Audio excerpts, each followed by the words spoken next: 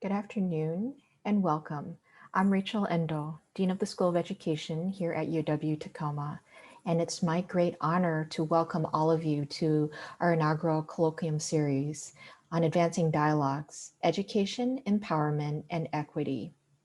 I would like to start this very special event out with the School of Education's land acknowledgement, which we have posted on our website. And we here in the School of Education at UW-Tacoma acknowledge that we learn, live, teach on or near the traditional ancestral homeland of the Coast Salish people. The UW-Tacoma campus is located on the traditional ancestral homeland of the Puyallup tribe of Indians.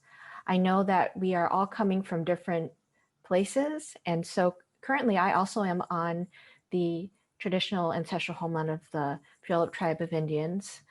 I live about a mile from campus, but I would like to invite everyone to take a brief moment to reflect about where you are currently situated. And as Dr. Robin Minthorn reminds us, to also reflect on the ways by which we all benefit from where we are situated on these traditional ancestral homelands. And for us to continue to advocate for our Indigenous neighbors and other communities who have historically been underrepresented and underserved in higher education. Thank you. So again, welcome everybody.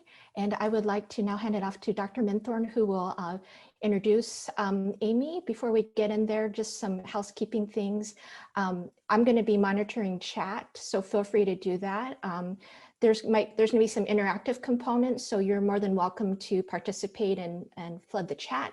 Otherwise, if there are questions, I'm just gonna look through those and monitor that. We'll have plenty of time just for dialogue and discussion. So with that said, Dr. Minthorn. Okay, thank you so much. So I want to read and introduce Miss Amy Maharaj. So Amy Maharaj is currently an EDD student at UW-Tacoma in the Muckleshoot cohort. She's worked with the Muckleshoot Indian tribe since 2017 and is currently the academic affairs instructor. Her duties include teaching college classes, program development, and writing grants. She was also a certified K-8 teacher who has taught elementary school students, including learners with special needs. In her spare time, she enjoys creating mindful art with watercolor, paints, and digital art. Her educational commitments include educational equity and supporting Black, Indigenous women of color in education. And I also want to just add, in regard to that, hopefully it's okay, I also like to acknowledge Amy for reaching out last fall of 2019, and is also one of the reasons that we actually have the Muckleshoot doctoral cohort. So I want to acknowledge her, just always being mindful and wanting to bring opportunities to the Muckleshoot Tribal College. And so because of that initial contact, we're able to have this partnership and memorandum of agreement. And so I just really appreciate her hard work in that way. So thank you so much, Amy, for all you're doing, and I'm looking forward to hearing you talk. So hi everyone, my name is Amy Maharaj, and I just want to thank all of you for joining me today for our new series called Advancing Dialogues, Education, Empowerment, and Equity Colloquium series. So why this series? Myself, Dean of Education, Dr. Rachel Endo, and Director of Educational Leadership, Dr. Robin Minthorn, created this series with the intention for students in the School of Education to share personal journeys, expertise, and various topics relevant to education today.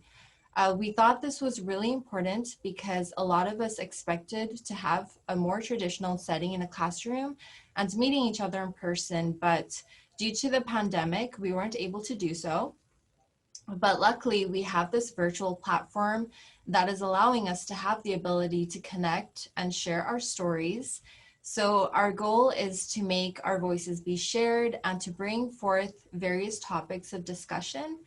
And the way that it will be running is that the speaker will have about 20 to 30 minutes of their presentation, which will be followed by a discussion with all of you joining us today.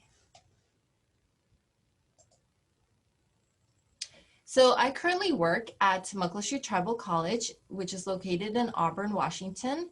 I have been here for almost 4 years now, and I work as the academic affairs instructor. So my work encompasses teaching, tutoring, hosting events such as advising days, curriculum and program development.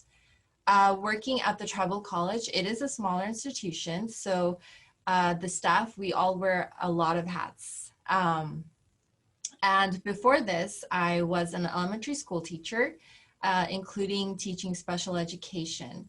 And just a side note, if you would like more information about Muckleshoot Indian Tribe, their website is muckleshoot.nsn.us, where you can get more information about their history, culture, their departments, education, etc.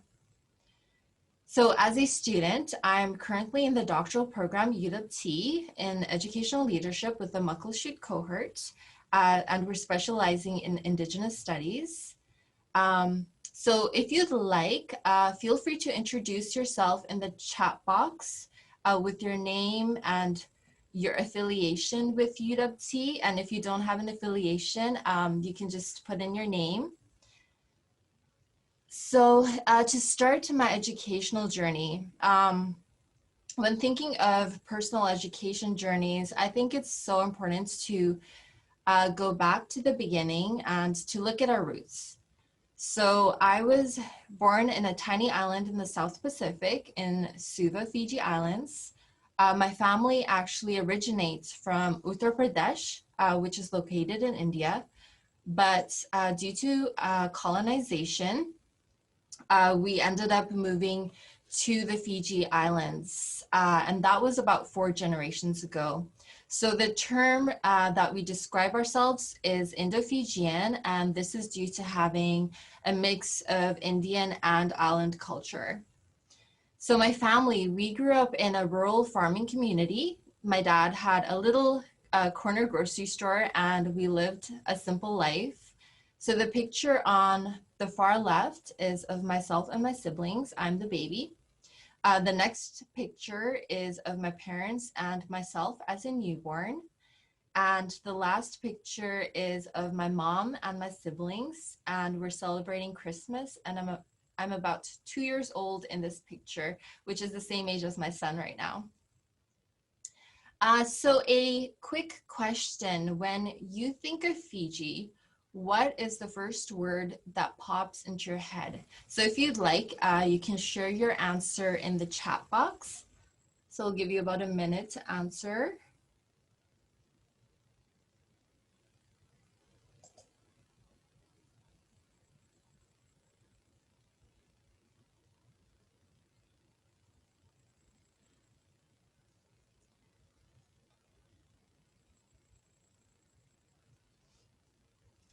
So if Rachel, if you don't mind, would you be willing to read some of the answers? Absolutely. I see words like beautiful, tropical, island nation, warm and beautiful. Someone also just said island. So feel free to keep adding to the chat, but that's the tentative set of answers. Thank you, Rachel. And you know, all of that is true. You know, a lot of people think of Fiji as beautiful, tropical, beaches, etc. But it also actually has a history of political unrest. And over the years, we have gone through several military coups. And when this happens, our government shuts down, and schools, hospitals, the police, like anything that is public service, completely shuts down. And it's actually a really, really scary time. And so because of that, my family sought asylum and were able to move to Canada. So I was about 5 years old when this happened. I started first grade right away. I never went to kindergarten because schools were shut down in Fiji. And anyone who's an immigrant to a new country knows that there are barriers that present themselves. In my family situation, we were starting all over. And it's not like we had even time to sell our store or anything like that back home. We basically just up and left the first chance that we were given. And so because of this, we were automatically low income, yet at the time, I didn't even realize we were low income until I was much older. So there's also the aspect of culture shock. So balancing two worlds, trying to fit in, but not quite fitting in, having parents working multiple jobs. So it was pretty tough, but my parents really showed me their hard work ethic. And of course, there are positives too. We had freedom of not having any military coups. I had amazing elementary school teachers who actually inspired me to become a teacher. They always made sure I felt welcome. And my family has always been supportive in anything I've ever wanted to do. And another reason was I always knew deep down that I always wanted to do something with my life that made a difference. So the picture on this slide is of our first snowfall in Canada. So I remember waking up at 10 p.m. to my siblings saying, "Hey, it's snowing outside." So we all went out in our PJs and played in the snow. And this picture is from the next day.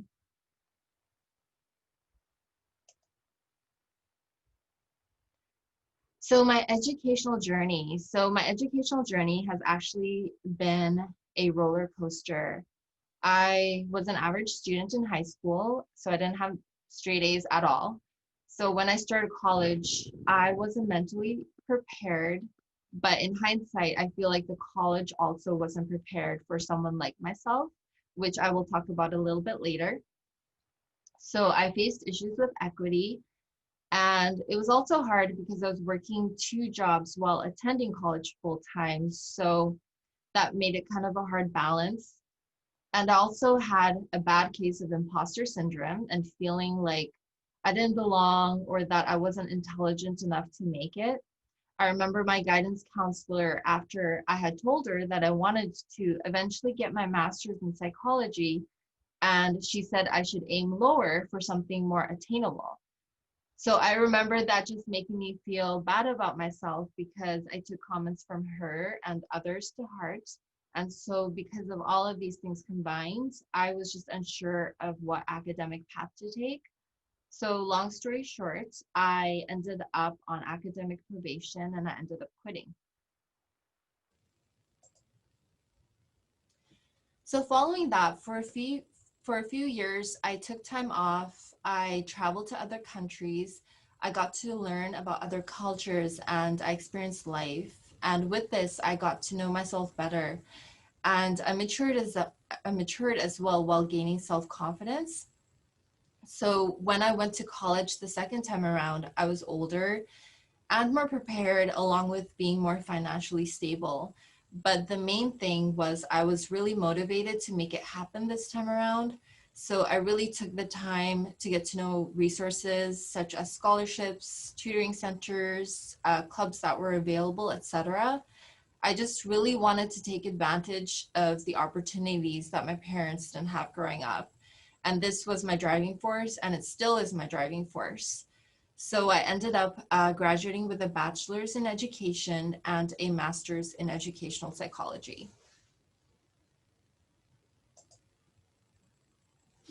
So what have I learned from my experiences? I have learned to fully embrace all the different facets of myself. So being an immigrant, first generation, student of color, being a woman, a mother, sister, auntie, friend, artist. And I have also learned to give back to the community. Currently, I mentor immigrant youth, most who are first generation, and I do this through a nonprofit. So as a student, I don't feel as afraid to take chances and to challenge myself. And even doing this presentation is a challenge for myself because it's not in my comfort zone. And also no longer having imposter syndrome. And to be honest, that's for the most part, I still get it sometimes, but it's definitely not in a way to limit myself. And also knowing that many other students are experiencing the same things that I'm going through. So I'm a visual person. This is just a collage of my life to represent the many aspects of myself. So it's family members, myself as a teacher, my son and some of my artwork. And the presentation that I'm doing there is a presentation from about 10 years ago on Tulalip tribes and their history of boarding schools. So it was kind of foreshadowing of me ending up working for a tribe 10 years later. So you never know. So what have I learned as an educator? I've truly learned to be compassionate and to listen to my students and to always take time to understand their stories. Like the story that I shared about my guidance counselor earlier, I learned that I never want to underestimate any of my students ever, but to keep pushing them to pursue their dreams. Also, I've learned that it's okay to be vulnerable with my students and others to share my stories of hardships. It just makes you more relatable and human, and also the importance of educational equity and providing resources for all students.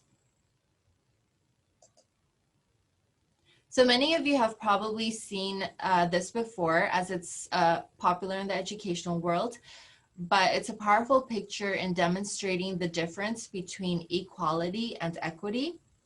So an example would be if you give $1,000 to everyone. For a millionaire, it's probably not going to make a difference in their life, but to someone who may be living in poverty, it will make a huge difference.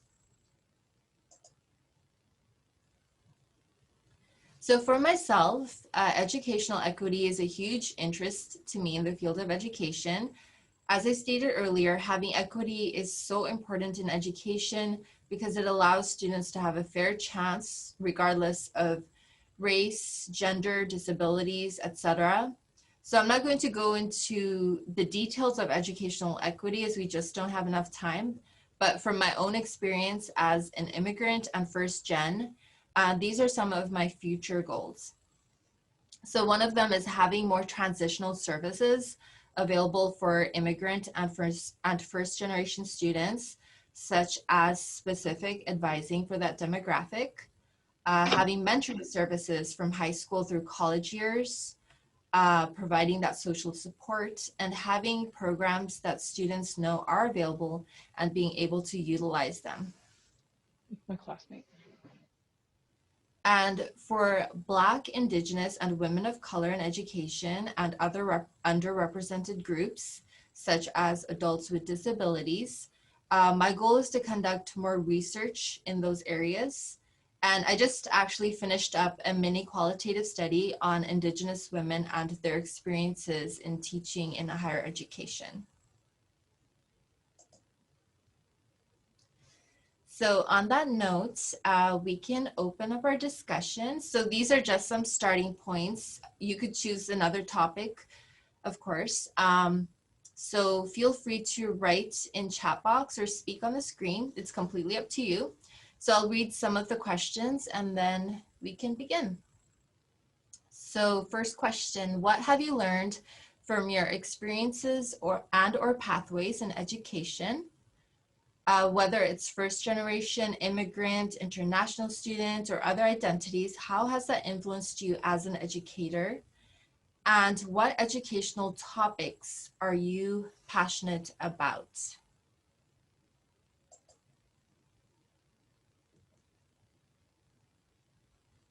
And also just to interrupt, also if you have questions for Amy as well about her experiences and her expertise, in addition to those amazing questions that she put forth. I have a general question. What part of Canada did you grow up in? Vancouver. Yeah, so not very far from here. I had a question for you, Amy, and that was about, you mentioned your career as an elementary school teacher. And I know we've talked a lot about that experience. And I was just curious from your standpoint, what were some things you noticed in your teacher education program that you wish were different? And also, I know we have some TCP candidates or alumni here in the room. Thank you, great to see all of you. And maybe some advice that you would give to them as they navigate this world of teacher education, but also their career as classroom teachers. That's a great question. So I did my teaching program at Central Washington University, but it was at Linwood Satellite Campus. And one of the biggest issues was having more diversity in curriculum. So for example, in our social studies, we barely had anything that was Native American, African American, or even students with disabilities. Like it just felt, it was very limited, or if we did have anything, it was just like quickly glazed over. And actually in the picture that I was talking about, the Tulalip tribes, is one of the lesson plans that I created. And they actually, from last time I heard, they still use it as part of their teacher prep program because they're trying to get more inclusive and diverse with their curriculum. And also in my cohort, there were 14 of us and only 2 that were people of color. So just even with teacher candidacies, just trying to get more diverse in how we recruit our teachers as well. And I know that one of the equity issues happens to be when we're student teaching. So usually student teaching can be 3 months or longer. And when you're student teaching, you know, you don't get paid either. And so for a lot of students, this is difficult for them because they don't have an income coming in. So that becomes an equity issue as well. So yeah, those are just all things to think about. And I know that UWT is very progressive, and that's why I love your institution, because I always feel like the faculty and the students are always forward thinking, and just from the differences that I've seen when it comes to curriculum has been a huge difference. So it's getting there, but we still have a ways to go for sure.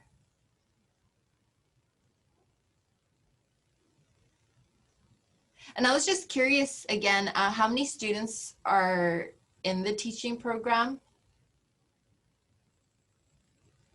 We have about, right now, around 58. Oh, wow. So, and we're, our, you know, racial and cultural diversity has increased over time in the last 5 years. And we still have a lot more work to do. So we're about, we're trying to approach 40% teachers of color and white teachers. So we're kind of trying to even that out, considering that the state is 88% white teachers. And that also, you know, as you were educational psychology master's degree, and you know that school psychologists, counselors, principals, superintendents, all of which are 80 to 90% white, or 80 to 100% white. It's really, really challenging to start to move toward, I would say challenging and necessary to move toward a more diverse workforce that reflects the students that we're working with in the various communities that we're working in. Mm-hmm. Yes, I totally agree. Just having teachers reflect the demographic that we have, because currently, like you mentioned, that isn't the case. So yeah, just trying to figure out like how to recruit more students of color and diverse backgrounds to go into the teaching field for sure. Okay. Yeah. Well, any help you can offer, we'll take it. I'm actually curious. I had my hand raised, so I'll just take this opportunity to ask you: has your sort of maybe working definition or view of equity changed over time in your different experiences? Oh, definitely. Because originally the equity difference that I saw was just primarily from my viewpoint, the things that I went through. But for example, working with the tribe, I have a huge knowledge now of the equity issues that they face. So over time and the different populations that I've worked with, it's really expanded my viewpoint of all the different areas of equity that we need to improve upon in the field of education. And I know that we are improving, but like many have mentioned, we still have a long ways to go. And that includes adults with disabilities, because I worked with adults with disabilities as well. And when they enter higher ed, a lot of them face a lot of hurdles, and just trying to come up with programs that help support them as well. So yes, yeah, my definition of equity has definitely changed over time, and it'll continue to change.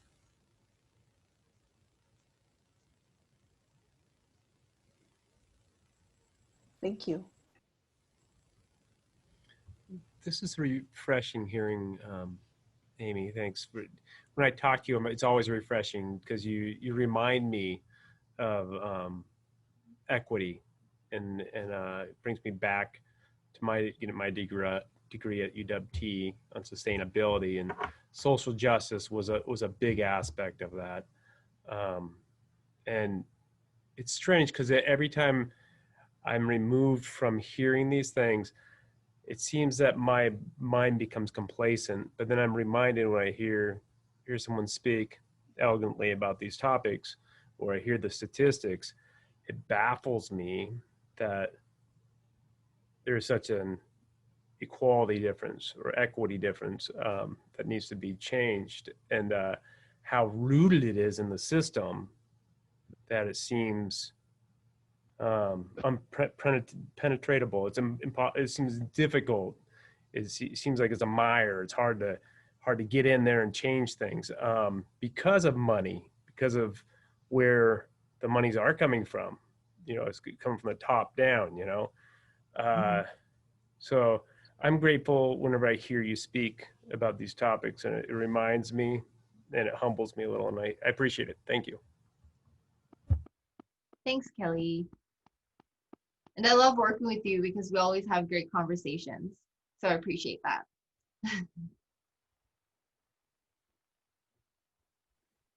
Yes. Oh, sorry, Robin. Oh, sorry. I was just going to ask real quick, sorry, what lessons, and I know this is actually a loaded question too, but what lessons have you learned in working within a tribal community, coming in as a person that isn't from that tribal community? What type of lessons have you learned, and maybe that you think would be helpful for others who are not from Indigenous communities to know if they're hoping to work with or create partnerships or within tribes or Indigenous communities? Yeah, that's a great question. Oh, how many lessons? So many. I think the most important thing I have learned is, if you're unsure, that it's okay to ask. Like if I'm not sure of how something is handled, or if a ceremony is coming up and I don't know anything about it, I have learned that, well, in my experience, everyone here has been very welcoming, and they're able to freely share their traditions and their culture with me. So I'm so grateful that I am able to work in a place where it is openly shared. When it comes to, like teacher candidates, for example, if they want more information, I would highly suggest contacting a tribe, because like I said, they're more than open, from my personal experience, to share their information with you. And you can go to, for example, Muckleshoot's Tribal School and speak with the teachers there, and they will openly share their curriculum with you. Because I know from my conversations with the other teachers here is that they want more people to know about their culture and their traditions and their history, the real history. And they're more than willing to provide it. So I would always recommend to just reach out. The worst that can happen is someone says no, and that's okay. But you'll find that most of the time people are willing to share their culture and traditions with you. And another thing that I've really appreciated is that it's I feel more so that I belong than a mainstream educational system. And the only reason I'm saying that is because it reflects more my style, which is more of a familial style. And that's kind of how Indigenous learning is. It's very familial and very, it's much more holistic, and everyone kind of knows each other. So it reflects my personality more. So yeah, I have learned so many lessons working here at the tribe for sure. Thank you for that question. Darren. Hi, tied into that, I'd like to hear what you think some of the strengths are of the Northwest Indian College and the ways it impacts the community that you've noticed. Okay, so I actually don't work for Northwest Indian College, but Kelly, who's on here, does work for Northwest Indian College. So they actually have a satellite campus here at Muckleshoot Tribal College, but and I will let Kelly speak about it too. But just to add to it, I feel like it's very reflective in, like all of the courses are reflective in Indigenous culture and often taught by Native faculty as well. So they already come from a place of understanding when teaching students here. So I feel like that's a huge strength. What else would you add to that, Kelly? Well, Northwest Indian College was started up in the Lummi Nation because felt there was a need for a college that was more curtailed towards the Native community, because we've all learned about what were they? Can't even think of the words right now, but they took Native children and put them in boarding homes, boarding schools, and then this wasn't too long ago. I mean, this is so that there's a lot of very sensitive spots and difficulties for Natives to get into the regular schooling system in higher education. So it was built to help get higher education out to Native Americans. And it seems the classes are curtailed more into bringing cultural aspects into math, English, learning subjects. So some of them aren't as curtailed, like there's some biology classes that aren't, but for instance, there would be classes that have to deal with a lot of hands-on, going out and gathering plants, roots, weaving baskets, and so I think this kind of makes Native people feel more inclusive with the higher education, and not feeling excluded. And it there's so much you really have to kind of be absorbed into, like coming into a tribe and probably going to the school for a quarter or two to really, it's so vast and hard to explain, because it's hard to, things I didn't even notice, that there were so many different difficulties, hurdles that Native people of color have to go through, that you just take commonplace. You don't realize that. I just took things for granted. I didn't realize that these things have just been handed to me. I don't have psychological downfalls because I can't connect, or I have fears. I love that word you used, Amy. It was, what did you say? You said it a couple of times, where you don't feel like you're good enough, that you're a fake or something. Oh, imposter syndrome. Imposter syndrome. That's amazing. And I think that really, I think a lot of Natives probably feel that way, like they're not good enough. They're not, they're fake, and they're trying to get it. And I think this just gives enough seeds I know it helped me. I'm only an 8 Tlingit, but it did get me coming here with my wife to Northwest Indian College. She said, hey, you should go, get enrolled in your tribe. I got enrolled. I'm just barely coming under the line, but it got me involved, and I learned a lot about my Native history. I'm really grateful about the tribe, and just to see how many hurdles there are, and I think this Northwest Indian College helped me get my associates, helped me get to UW-T. I felt it gave me the confidence of feeling I'm not a fake. And then UW-T was far enough, small enough classes that I felt comfortable enough to write papers. And the teachers were good enough at UW-T that they were like, they'd say, hey, we're not totally going to judge on your sentence structure completely.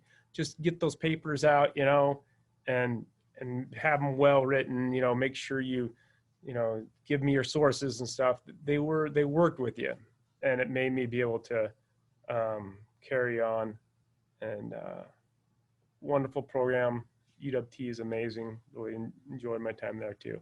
But definitely that Northwest Indian College, I think, it's a wonderful thing to help natives. So, and there's sites. There's each the tribes have off-site sites for Northwest Indian College. There's Tulalip, Nisqually, Muckleshoot, several other out there. So it's a great resource. Thanks. Thanks, Kelly. And yeah, just to add on to that, because Northwest Indian College is a Native college, they have a huge understanding of the historical trauma that Indigenous people went through.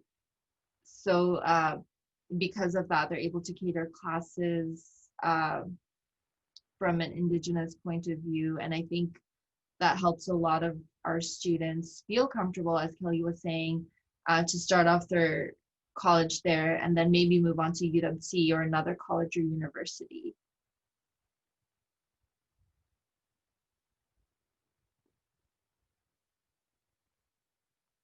I'm just going to read the chat box here. So from Kawina, I apologize if I said your name incorrectly. It says, that speaks to my passion, more diversity and representation of school psychology, definitely. Totally agree with that. And Debbie Hales, who's a fellow cohort member in Muckleshoot cohort, a good resource are tribal language departments. Tribal colleges are a place where Indigenous peoples don't have to feel like they're walking in two worlds. Great point. One being a westernized, colonized education setting, the other their tribal world. At Northwest Indian College, Indigenous peoples don't have to explain being Indigenous. Oh, that's perfectly put, Debbie.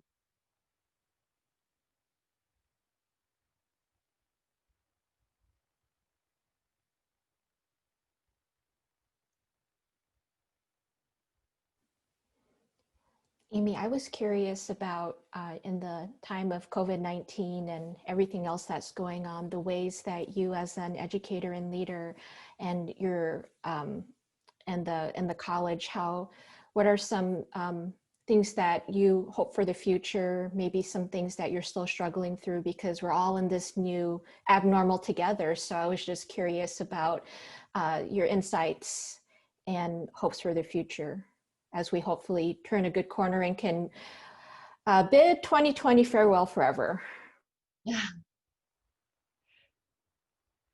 Yeah, good question. I think the hardest part is not being able to see my students in person. Speaking with them online or over the phone doesn't quite feel the same. And because with our particular tribal college, it's very open door. So sometimes people just come in to chat. So it's kind of it's more like a casual setting. So sometimes students come in, just to grab a coffee and to say hi.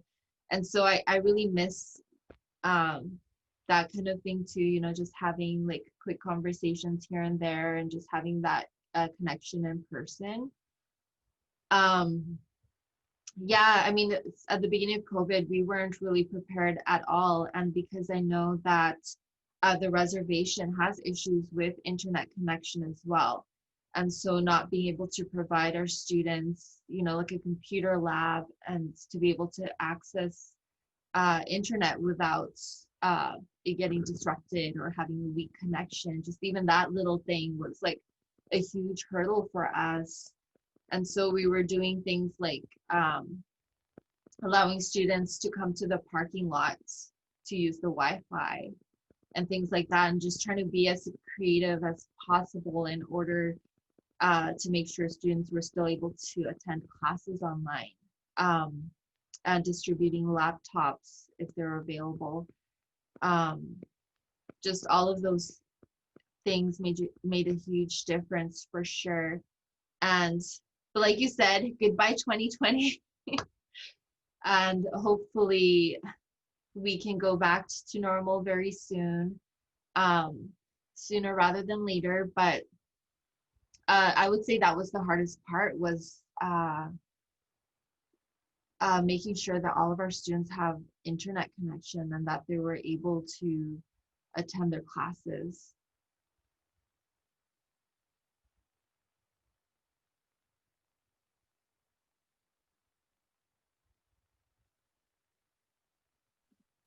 Can you remind us what the discussion questions were? Oh, yes. What have you learned from your experiences or pathways in education? Second question, whether it's first generation immigrants, international students, or other identities, how has that influenced you as an educator?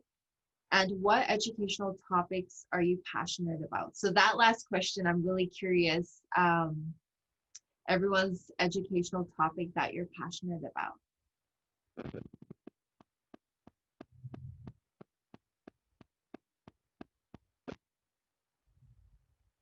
Or an area of interest. Well, I'll start. One of the things that I am passionate about is equity studies in math education. So how students experience mathematics, learning of mathematics, both inside and outside the classroom, and what gets respected and what is not, and who gets a chance to advance and engage in interesting mathematics and who doesn't. And one of the things that and this is something that I've been a part of for most of my adult life. So one of the things though that you had mentioned that I think I have trouble with, and I know I have tension with, I guess I'd just say, is this idea of people of color having this idea of imposter syndrome. I think when I even say it, my stomach hurts, right? So I have a very visceral emotional reaction to it because it's something that I feel is a way to disempower people of color. And it's not to like say people don't have those feelings, but it is to then describe yourself as that. It feels sometimes as a way of internalizing the racism and the structural racism that actually makes you feel those feelings. And so those are the things that I struggle with, because I want to promote more of a resilience perspective, of a we can't be broken perspective, right? Or one that, to the point where people should feel like there should be no question that everyone belongs, that people belong, that if you decide that you want to like go into a math education career or something that requires STEM, let's say, you have every right to feel that that is a place for you. And those are the things that I struggle with around, because I've heard that a lot, and all the equity work that I do with young people and have been a part of programs similar to what you've described. they're sort of the way of creating spaces or counter spaces to that argument. And so those are the things that I was thinking about in terms of the role equity has played in my life, in terms of the scholarship, things that I am passionate about with the work that I do with teachers, but also the troubling of this idea of imposter syndrome and replacing that in some kind of way with a more resilient or centered view that we belong. Does that make sense, what I'm saying? Yes, no, that totally makes sense. Yeah, I love the um this, turning around that feeling of imposter syndrome into something much more powerful and empowering instead. Um, yeah, that's a tough one, especially when it comes to math education.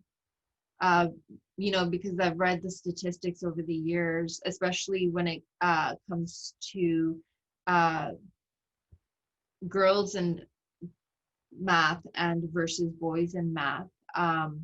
Often in the States, around age 14, a lot of girls happen to either fall back in math or have no interest in math any longer.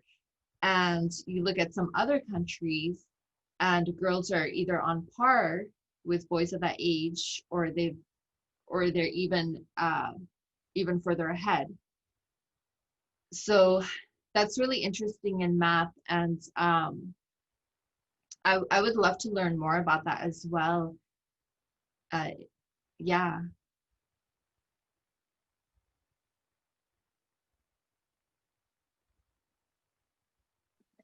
I think one of my areas that there's, obviously around Indigenous leadership, I'm passionate around that.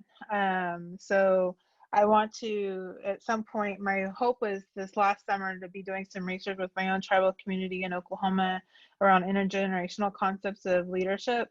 And so I wasn't able to do that because of COVID. So I'm hoping to be able to do that, if not next summer, this following summer. So the timeline's been extended because I think I might have shared this with the students before, but whenever I wanted, my first dissertation topic was wanting to understand concepts of leadership with my own tribe. When my first advisor told me that I would have researcher bias and wasn't allowed to do that. And so because I'm from the tribe and I wanted to work with my own tribal community, which was obviously very a misinformed perception, but being a doctoral student, I didn't know that I could push against that. But I did know that I didn't want him to be my academic advisor anymore. So I immediately switched to somebody else. And so I chose to do a more broadened concepts around Indigenous leadership in regards to college students. And so I want to go back to what I initially wanted to do in my dissertation and work with my own tribal community, not only my own tribal community, but also my descendant communities. So I'm also Umatilla and also Nez Perce as well, from the Northwest area. And so wanting to also make connections there and do that as well. And so I think that's something that I also am interested in doing, as well as the impact of Indigenous doctoral programs like NOLI, which I was a part of helping to create at UNM, and then this Muckleshoot cohort. And then also I'm a co-founder of a Native American sorority that's going to be 20 years old this next year. And so I'm also wanting to do an impact study on a Native American sorority and retention and persistence of Native women in higher education. And so wanting to also look into that. So I'm all around like Natives in higher ed and want to support all Native students and communities. And so that's my passion, because that's also part of who I am. Yeah, that's awesome, Robin. Yeah, your passion comes through in all of the work that I've seen you do. That's unfortunate about your advisor. Just as I talked about my guidance counselor earlier, words have such an impact, and the fact that they felt that that you were going to be biased is very unfortunate. And I'm glad that you took the initiative and got another academic advisor as well. But yes, I see your passion in all of your work. Amy, I also wanted to point out that Liz, by the way, Liz is our new part of the School of Ed team. She's our new academic advisor and recruitment and retention specialist. But I just wanted to point you that Liz had something in the chat that I think if you'd like to respond to, it's amazing about her passion. Can you see the chat, or would you like me to read it out loud? I can read it. Okay, sure. I'm extremely passionate about social justice, equity, and the intersection of poverty. I have worked with first-generation, low-income, immigrant, refugee, undocumented students of color, students who have experienced homelessness, and those who have experienced the foster care system. I have seen many inequities as well as heard so much harmful language and have seen so many policies and procedures that create so many more obstacles for students. Wow, yeah, I totally agree. Yeah, some policies and procedures definitely end up creating more obstacles for students. Just to add a question to that, what would be an example of like the biggest obstacle that you saw that hindered students, Elizabeth? I would say there's quite a few, but I'll just give you an example of working with those who experienced homelessness. So when I worked with folks who are experiencing homelessness, just the sheer fact that just even the policies of doing everything online. So for those who are experiencing homelessness, I feel like a lot of people don't understand that they don't have that same access as others do to online procedures. And so like just the sheer amount of work it took for them to even get to the campus, because everything, including your application, is online, was very, very difficult. Transportation was difficult. Them feeling it was okay for them to be in class was difficult. They had instructors that were that I had to talk to on several occasions about being late, with them not understanding that it's a totally different, when you're, you know, waking up, there's no alarm clock, you're sleeping in your car, you know, there's so much to it, and it takes them so much courage to even get there on campus and feel that they have the, you know, ability to be there and study.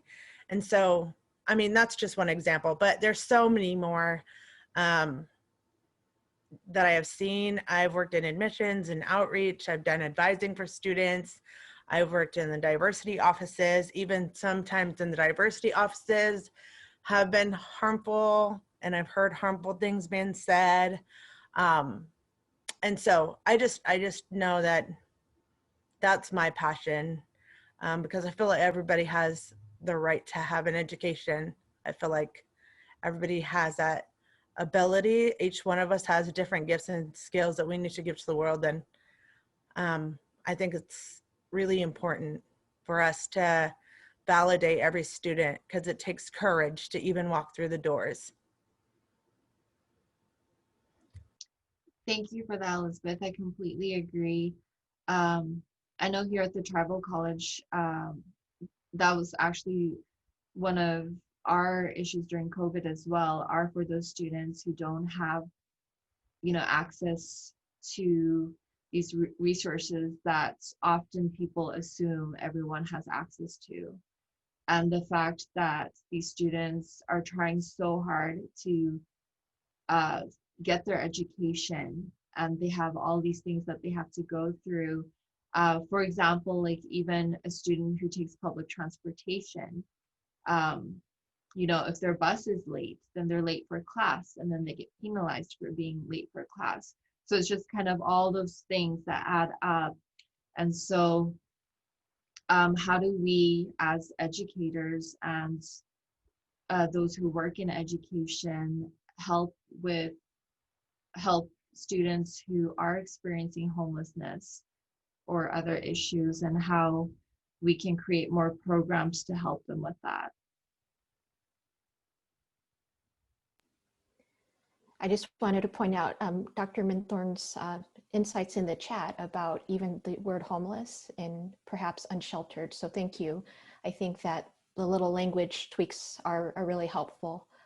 I am also just doing a quick time check, and I'm just so appreciative too of this, for everyone for your questions and this amazing dialogue, and especially for Amy for your ideas and for your willingness to share and to launch this for us. And I would also just say, before I give it to Dr. Minthorn to close us off, is this is our first time doing a colloquium series. So if you know of others who might be interested, just have them contact me. We are, again, piloting things, and in the COVID environment, the time for connection and community is more important. So again, thank you, Amy, for your, just for sharing. You're amazing. And I just, every day, every time I meet you, I feel more honored, and I just learned so much from you. And so I will hand it off to Dr. Minthorn to close us out. Do you want to say something, Amy? I just want to say thank you to all of you for joining us today, and especially to Dr. Endo and Dr. Minthorn for creating this safe space where all of us can discuss important topics. So I'm excited for this program, and I'm excited to see future speakers of this program as well. Yay, yes. Thank you so much for everybody for being here, for your time, and just wishing you all hopefully rest in the next few weeks if we're able to catch up and catch our breath. But also appreciate Amy sharing your lived experience and your story.